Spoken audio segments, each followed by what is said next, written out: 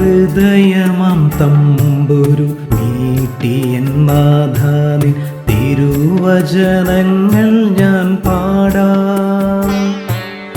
അതിമോദമെന്നുടെ 2 മക്കബായർ 1-ാം അധ്യായം 2-ാം വാക്യം പറയുന്നു, ദൈവം നിങ്ങൾക്ക് ശുഭം വരുത്തുകയും തൻ്റെ വിശ്വസ്ത ദാസന്മാരായ അബ്രാഹത്തോടും ഇസഹാക്കിനോടും യാക്കോബിനോടും ചെയ്ത ഉടമ്പടി സ്മരിക്കുകയും ചെയ്യട്ടെ.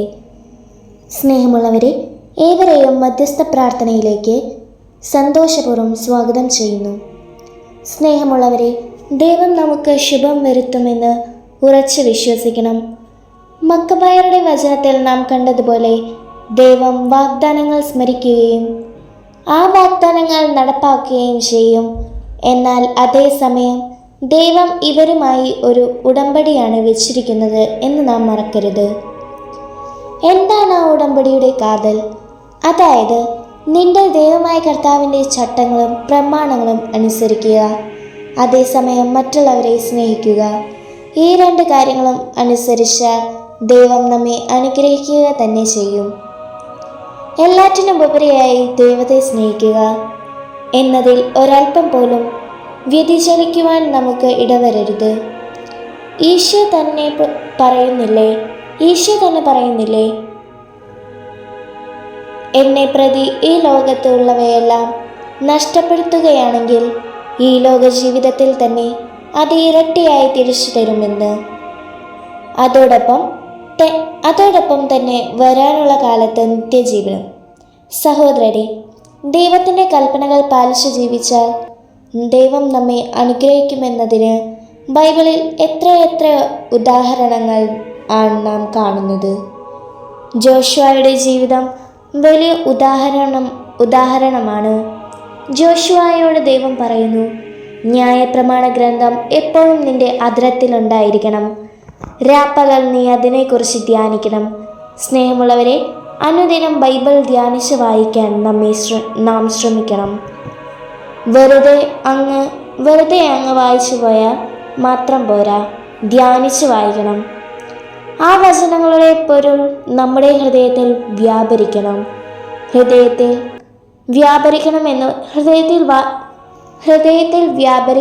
എന്ന് പറഞ്ഞാൽ നമ്മുടെ വിചാരത്തിലും പ്രവൃത്തിയിലും ധ്യാനിക്കുന്ന വചനം വെളിവാകണം എന്നർത്ഥം. ധ്യാനിക്കുന്ന വചനത്തിൽ നാം ജീവിക്കണം. സ്നേഹമുള്ളവരെ, ദൈവം നമ്മെ അനുഗ്രഹിക്കും.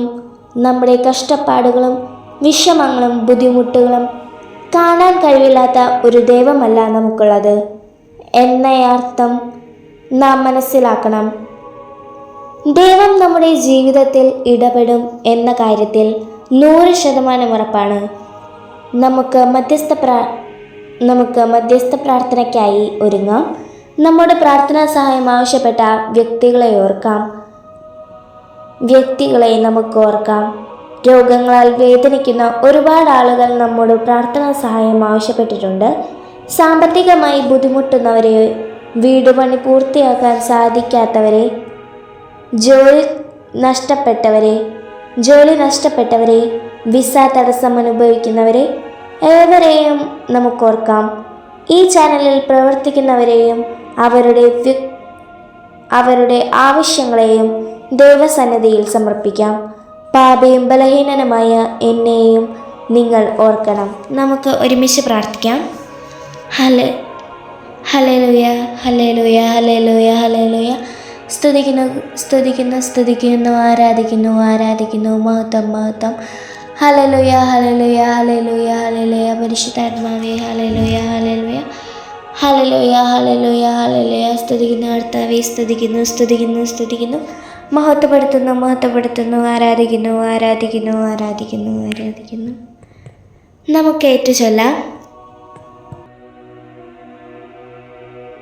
സ്നേഹനിധിയായ നല്ല തമ്പുരാനെ, ഞങ്ങൾ അങ്ങയെ ആരാധിക്കുന്നു, സ്തുതിക്കുന്നു. അങ്ങേക്ക് നന്ദി പറയുന്നു. പാപികളും ബലഹീനരുമായ അടിയങ്ങളെ അവിടുത്തെ മുമ്പിൽ സമർപ്പിക്കുന്നു. അവിടുത്തെ മുമ്പിൽ സമർപ്പിക്കുന്നു. ഞങ്ങളെ അങ്ങ് എളിമപ്പെടുത്തണമേ. അങ്ങയുടെ മുമ്പിൽ നിലവിളിച്ച് പ്രാർത്ഥിക്കുന്ന ഈ മക്കളെ അവിടുന്ന് കടാക്ഷിക്കണമേ. ഹൃദയങ്ങൾ അറിയുന്ന നല്ല തമ്പുരാനെ ഞങ്ങളുടെ കുടുംബങ്ങളിലേക്കും ജീവിത മേഖലകളിലേക്കും അവിടുത്തെ കൃപ ധാരാളമായി ചൊരിയണമേ. ഞങ്ങളോട് പ്രാർത്ഥനാ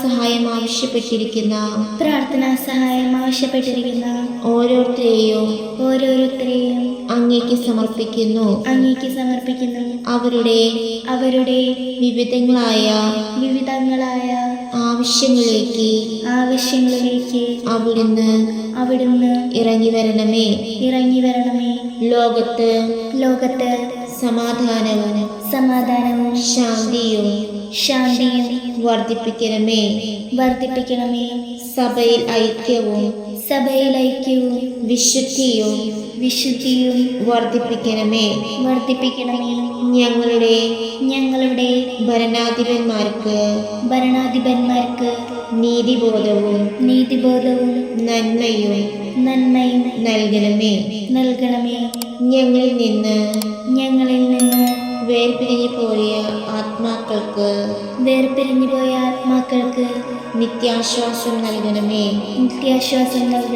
പരിശുദ്ധ അമ്മേ, മാലാഖമാരെ, വിശുദ്ധരെ ഞങ്ങൾക്ക് വേണ്ടി ഈശോയോട് മാധ്യസ്ഥം വഹിക്കണമേ. ഈ ലോകത്ത് ഇന്ന് അർപ്പിക്കപ്പെട്ടിരിക്കുന്ന എല്ലാ വിശുദ്ധ കുർബാനകളുടെ യോഗ്യതയാൽ പിതാവായ ദൈവമേ അങ്ങേക്ക് ഞങ്ങൾ സമർപ്പിക്കുന്നു. ഞങ്ങളുടെ നിയോഗങ്ങളുടെയും മേൽ കരുണയായിരിക്കണമേ. കേൾക്കണമേ, എൻ മനതാരിതിൽ നിറയണമേ. നാഥാ നീ ഇതു കേൾക്കണമേ, നിൻ കൃപ എന്നിൽ